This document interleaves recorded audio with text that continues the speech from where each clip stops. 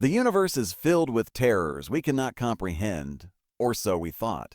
But nothing in the cosmos struck more fear into the hearts of the mighty Krax Empire than the creatures they once called primitive. My name is Historian Zex'Tral, and I speak to you from the ruins of what was once the greatest military power in the known galaxy. Let this record serve as a warning to all spacefaring civilizations about the species known as humans. They are not to be trifled with. They are not to be underestimated. And above all, they are not to be invaded. For over 15,000 cycles, the Krax Empire expanded across the stars. 300 worlds fell before our superior technology and disciplined battle fleets. Our quantum phase shields could repel any known weapon. Our gravity lances could shatter planets. Our battle strategies were perfected through centuries of conquest. We were invincible until we encountered Earth. The blue planet first appeared on our long-range scanners as nothing special. Just another resource-rich world orbiting an ordinary yellow star. In your Lantra, our scientists were interested in only one thing. The planet contained unprecedented deposits of xanthium, the rare element essential for our hyperspace engines. With our supplies dwindling and expansion slowing, the Supreme Commander ordered immediate acquisition of this backwater world. Initial scans revealed a peculiar situation. The dominant species, humans, had achieved rudimentary spaceflight and global communication, but remained laughably primitive by Krax standards. More baffling, these humans divided themselves into competing factions called countries, constantly squabbling over resources and ideologies. Their atmosphere was polluted, their oceans acidifying, and their militaries equipped with chemical propellant weapons and primitive nuclear devices.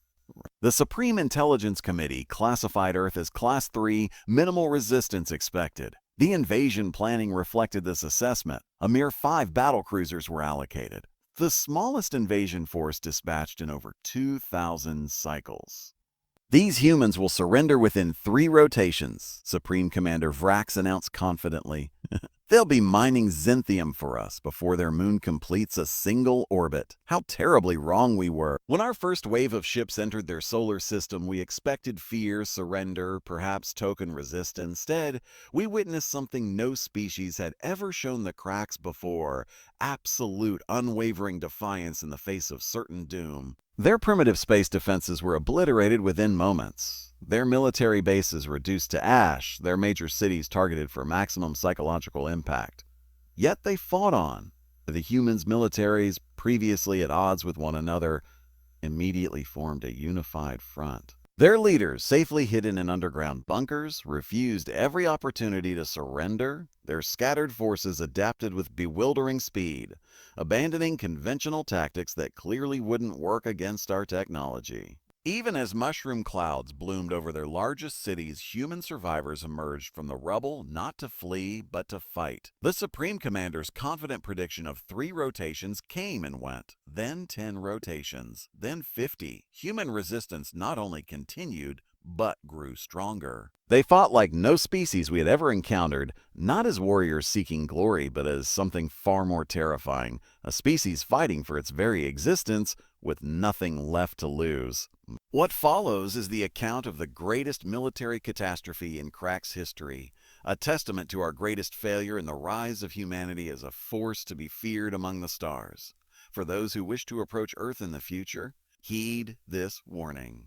The species known as humans survived our onslaught. We did not survive their response. Act 1. First contact and invasion. The first Krax scout ships entered Earth's orbit silently, their advanced cloaking technology rendering them invisible to human detection systems.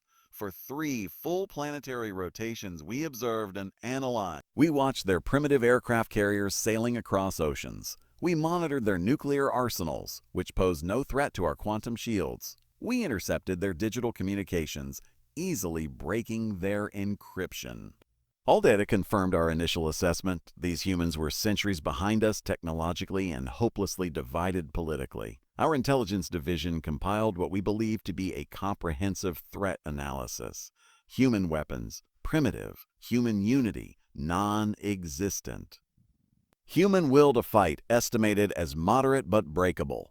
The report concluded with what would become infamous words in Krax military history. This species shows no exceptional qualities that would impede standard conquest protocols. The Supreme Commander Vrax reviewed the analysis briefly before approving the minimal invasion force. 5 battlecruisers will be sufficient, he declared to the War Council. Their primitive projectile weapons cannot penetrate even our lightest shielding. Their nuclear devices, while crude, could damage our vessels if detonated in atmosphere, but their launch systems are easily neutralized. We will disable their command centers in the first strike wave. The invasion date was set. Resources were allocated. Victory celebrations were pre-scheduled.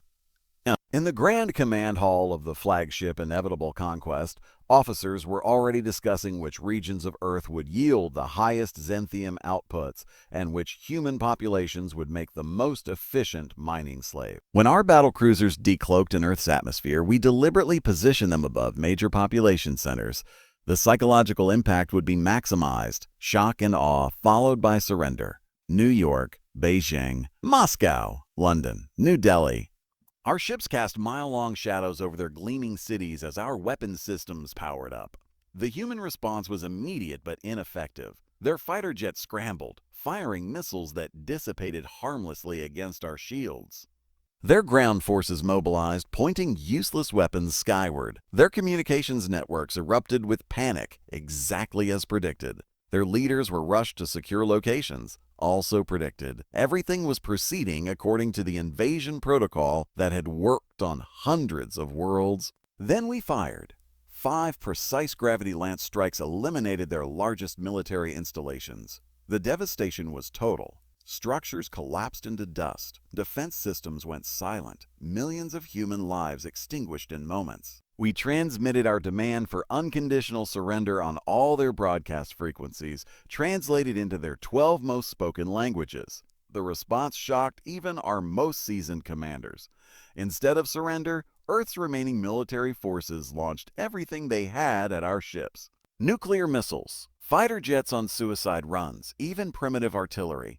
Their digital systems launched desperate cyber attacks against our networks. None of it was effective militarily, but the message was clear. These humans would not go quietly. What followed was chaos. Governments collapsed in some regions as predicted, but others quickly formed emergency coalitions. When we destroyed conventional military targets, humans switched to guerrilla tactics. When we captured their leaders, new ones emerged from the ranks. When we cut their global communications, they created localized networks. For every adaptive move we made, these primitives seemed to have a counter-move. After 15 rotations, Supreme Commander Vrax called an emergency council. These humans are, he paused, struggling to find the words, inconveniently resilient. Request additional battle cruisers from the home fleet. His transmission was approved without question. 10 more cruisers were dispatched from nearby conquered systems. The humans interpreted this pause in our offensive as weakness. Their scattered resistance forces grew bolder.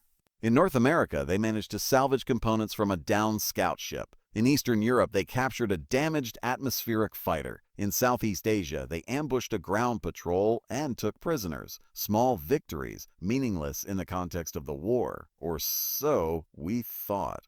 Little did we know that these seemingly minor human successes would be the first sparks of a fire that would ultimately consume the mighty Krax Empire. A fire that would spread across the stars and change the galactic order forever. If you've made it this far in the video, you clearly appreciate a good story about humanity's indomitable spirit against impossible odds.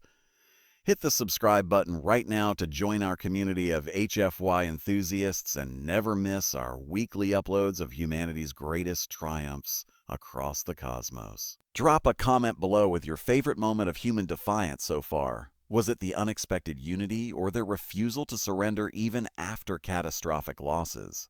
And if this story of human resilience speaks to you, smash that like button to help more fans of sci-fi discover this channel.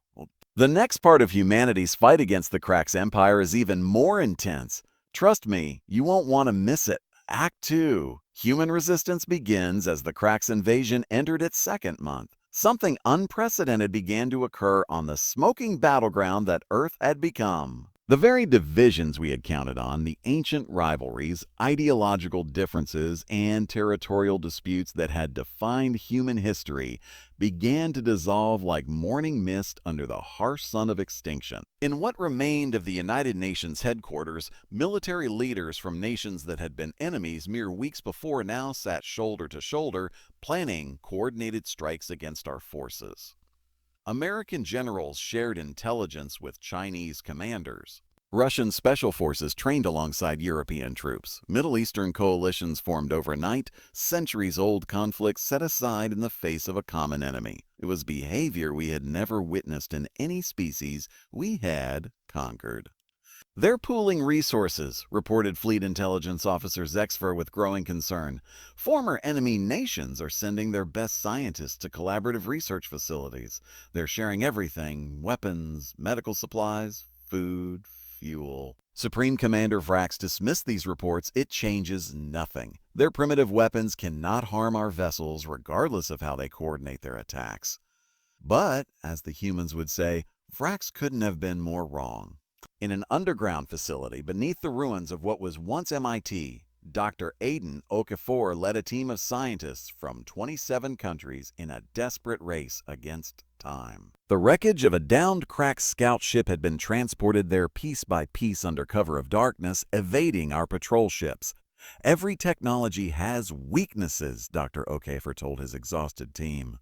"We just need to find theirs." For 18 straight days, they worked without rest, reverse engineering our propulsion systems, studying our alloys, analyzing our power sources. What would have taken humans decades to develop independently, they were now learning in weeks through direct examination of our technology. The impossible learning curve should have alerted us to the danger, but we remained blinded by our superiority. Meanwhile, in the war-torn landscapes of what was once Europe, Colonel Maya Chen emerged as a tactical genius.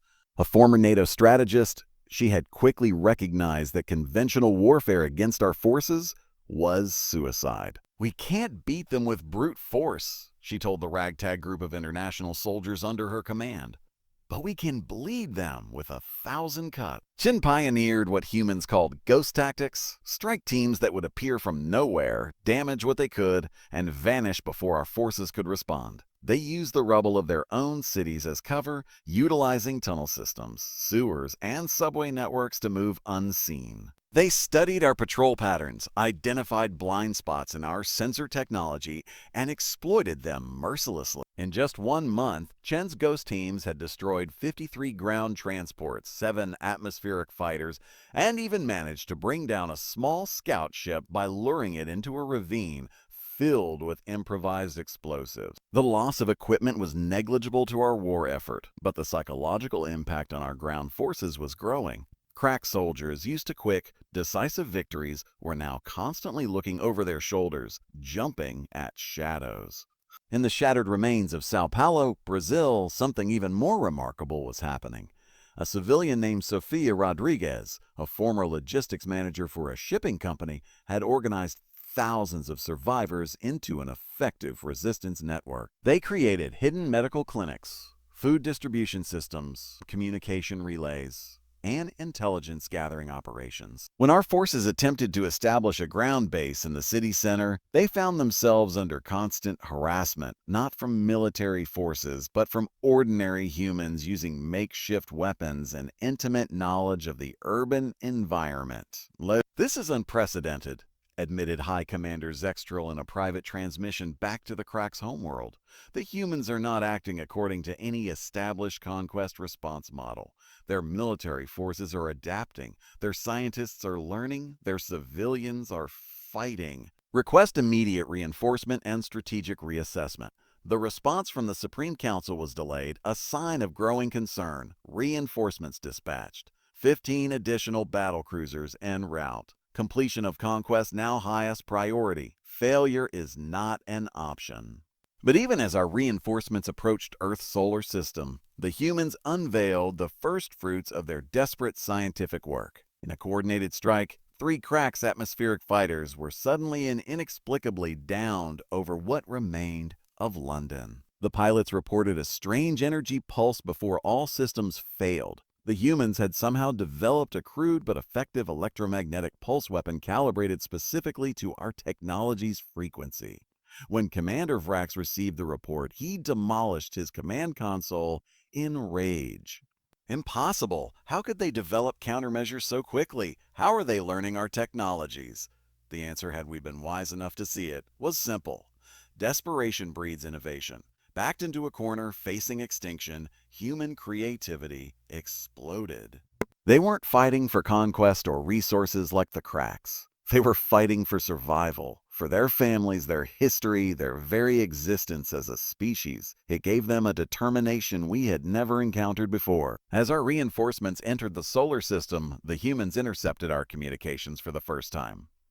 They now knew we were bringing more ships, more weapons, more soldiers. But instead of demoralizing them, this knowledge only hardened their resolve. "Let them come," Colonel Chen told her international force as they prepared for another ghost mission. "Every ship they send is another ship we'll learn to destroy." Amazing news! Life fans! Our Patreon supporters now get early access to all our videos plus exclusive behind-the-scenes content where I break down the science behind each story. If you're enjoying this epic tale of humanity's fight against the Krax, tap the bell icon now so you don't miss part 3 when we reveal humanity's incredible turning point against these alien invaders. And while you wait, check out our playlist Humanity's Greatest Victories for more stories of humans proving aliens wrong. Now, let's get back to how Earth's resistance movement discovered the Krax's fatal weakness. Act 3. The turning point 3 months into the invasion, the Krax Empire faced an uncomfortable truth. What should have been a simple 3-day conquest had become a grinding war of attrition. Our reinforcements had arrived. 20 battle cruisers now orbited Earth, their gravity lances aimed at major population centers. Yet still, the humans fought on. Their cities lay in ruins, their formal governments had collapsed, millions had perished, and still they refused to submit. "I don't understand," Supreme Commander Vrax confessed during an emergency council meeting aboard the flagship. "We've encountered over 300 species in our expansion. None have shown this level of stubbornness. What drives these creatures?" The answer came from an unexpected source, the Krax xenobiologists who had been studying captured human specimens. "Their physiological response to threat is unique," Chief Scientist Zex'Tral reported. "Most species we've encountered enter a state of submission when defeat is inevitable. Humans do the opposite. They become more aggressive, more creative, more willing to take risks. They call it having nothing left to lose." This disturbing analysis was confirmed when Dr. Aidan O'Kafer made his breakthrough in the underground lab. For weeks, his international team had been studying the quantum shield technology from the down scout ship. The shields had proven impenetrable to conventional weapons, but O'Kafer realized they weren't designed to handle certain frequencies of concentrated electromagnetic radiation. "It's like a resonance key," he explained to military leaders gathered around his makeshift lab. "Their shields are tuned to withstand enormous energy impacts. But a precisely calibrated low-energy pulse at this exact frequency causes a cascading failure." Colonel Chen immediately recognized the implications, so we don't need to overpower their shields. We just need to hit them with the right note and they'll collapse like a house of cards. Within days, human resistance cells worldwide were building what they called resonance disruptors from salvaged electronics and modified radio equipment. The components were simple enough to be manufactured in hidden workshops, yet when activated, they could create a localized field that disabled Krax shields for approximately 7 seconds. Just long enough for conventional weapons to do damage. Meanwhile, Sofia Rodriguez's civilian network had evolved into something far more dangerous, an intelligence-gathering operation that stretched across continents. Ordinary humans, farmers, teachers, children, reported Krax movements, noted patrol patterns, identified vulnerabilities.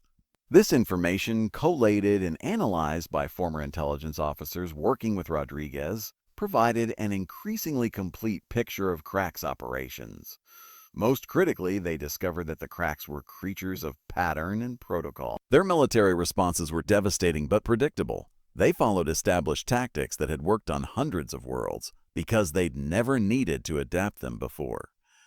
Colonel Chen devised an audacious strategy based on this insight. "We need to make them think we're more defeated than we are," she told the Unified Resistance Command. "If they believe we're on our last legs, they'll follow standard occupation protocols, which we now understand. Then we strike everywhere simultaneously." The plan required incredible coordination and sacrifice. For 2 weeks, human resistance forces went silent. They ceased all attacks, broke contact, and appeared to retreat. Krax commanders reported with satisfaction that human resistance was finally crumbling. Supreme Commander Vrax even sent a preliminary victory message to the homeworld that our forces began standard occupation procedures, establishing ground bases, deploying processing facilities for xanthium extraction, and reducing our alert status. "The humans have finally accepted reality," Vrax announced to his officers.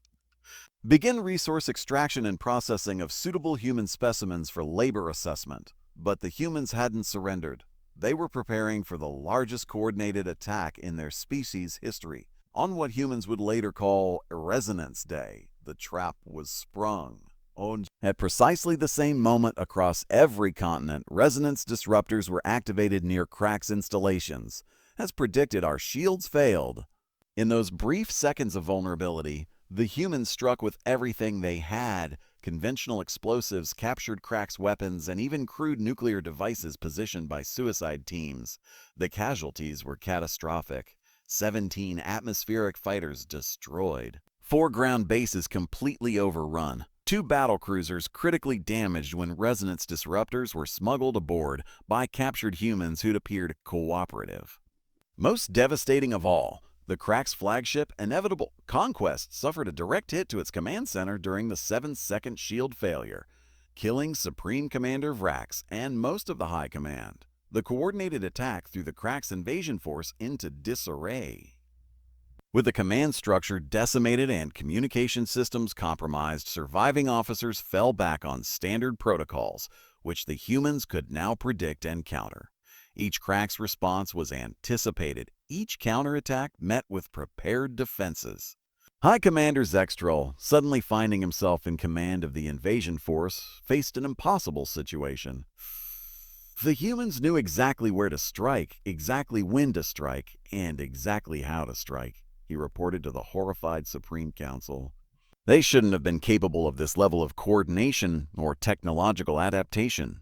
We severely miscalculated. The Supreme Council's response was unprecedented. Situation classified as extinction-level threat. All available fleet assets diverted to Earth. Planet killer authorization granted. When this transmission was intercepted by human intelligence teams, the implications were clear. The Krax were preparing to destroy the entire planet rather than accept defeat. The final phase of the war had begun, and the stakes could not have been higher. Wait. Before you see how humanity faces the planet killer weapon in our next video, make sure you're following us on all platforms. We just launched our Discord server where our community is already debating whether Dr. Okafor or Colonel Chen deserves more credit for turning the tide against the Krax. Join the conversation by clicking the link in the description. And if you're enjoying this epic tale of human ingenuity, help us reach our goal of 100,000 subscribers by sharing this video with fellow sci-fi fans who appreciate humanity's never-say-die spirit. Now, let's continue with humanity's desperate plan to save Earth from total annihilation. Act 4. Counterattack. The human victory of Resonance Day proved to be a turning point, but not the end. As I, High Commander Zex'Tral, surveyed the damage reports, I knew the Krax Empire faced something unprecedented in our history: the possibility of defeat at the hands of a technologically inferior species. Our casualties were severe. Our command structure was in disarray. And worst of all, the humans had proven they could penetrate our shields, the cornerstone of Krax military superiority for millennia. "We must adapt," I told the surviving commanders, a phrase so rarely uttered in Krax military councils that some officers looked at me as though I had lost my mind. These humans learn from each engagement. If we continue to follow standard protocols, they will continue to anticipate our moves. But generations of unchallenged conquest had left the Krax military rigid, resistant to change. Even as I ordered modifications to our shield frequencies to counter the human resonance weapons, many officers clung to traditional tactics, precisely what the humans were counting on. Colonel Chen's forces exploited this predictability mercilessly. When we established new ground bases with enhanced security measures, her ghost teams didn't attack directly. They let civilian infiltrators sabotage water purification systems used by our biological units. When we increased aerial patrols, they didn't engage our fighters. They targeted our landing and maintenance facilities. But the most significant human victory came not on the battlefield, but in the realm of information. A team led by Sofia Rodriguez managed to capture intact a Krax communication hub during a daring raid on what remained of Sydney, Australia. This critical error on our part gave humans unprecedented access to our battle plans, deployment schedules, and most importantly, our technical specifications. Dr. Okaffer's team worked feverishly to decode the Krax communication protocols. Within days, they could not only intercept but mimic our transmissions. We can send false orders, for explain to the unified command. We can redirect their forces, create confusion, even trigger friendly fire incidents. This capability proved devastating.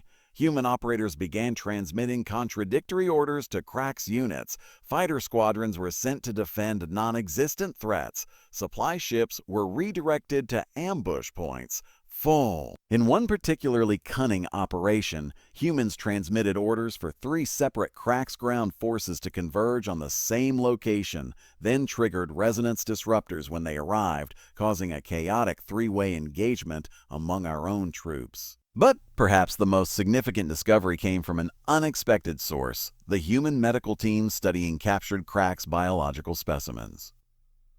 "It's almost poetic," said Dr. Elise Nakamura, examining cultures in her makeshift laboratory. "Their immune systems have no defense against common Earth bacteria. They've never been exposed to our microbial ecosystem." The implications were immediately apparent to Colonel Chen. "Biological warfare," she said grimly. "Not something I ever thought I'd consider, but against an enemy planning to destroy our entire planet, the decision wasn't made lightly. Even facing extinction, many human leaders opposed using biological weapons.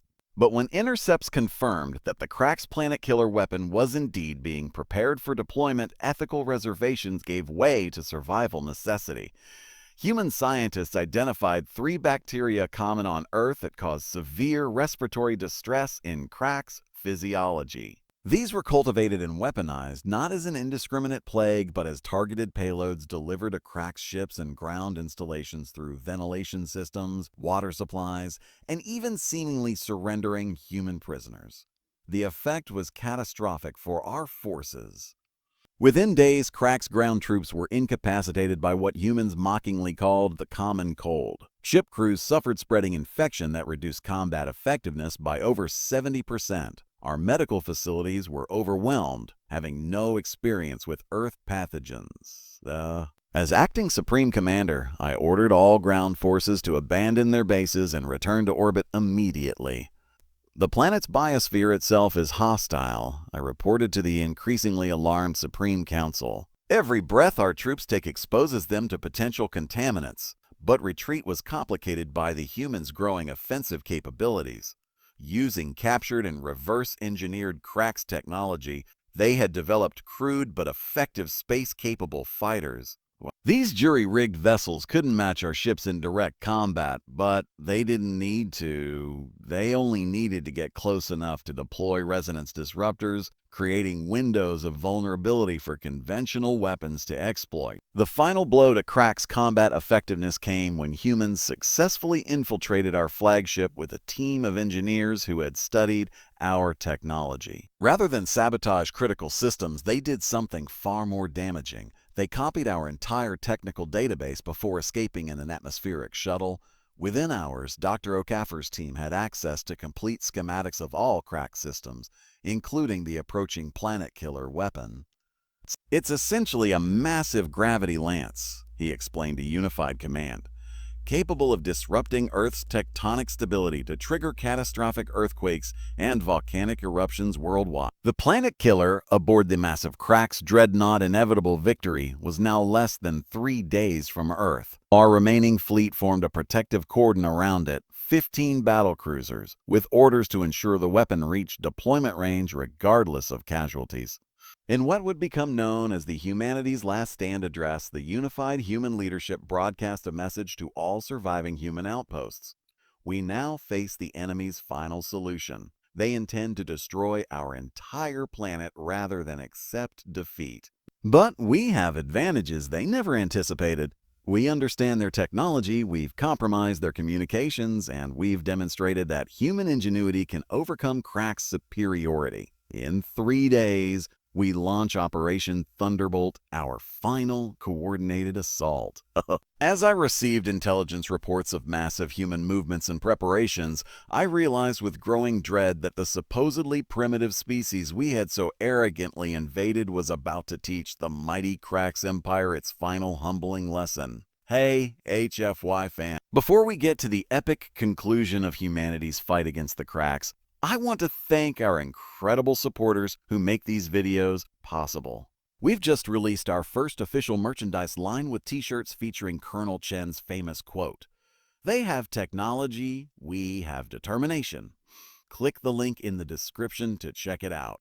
And remember, our premium members get access to our extended universe stories that dive deeper into the characters and technology of each civilization we cover. Next week, we'll be exploring the Krax Empire, rise and fall as a companion piece to this video. Hit subscribe now to make sure you don't miss the final act of humanity's most desperate and brilliant battle for survival.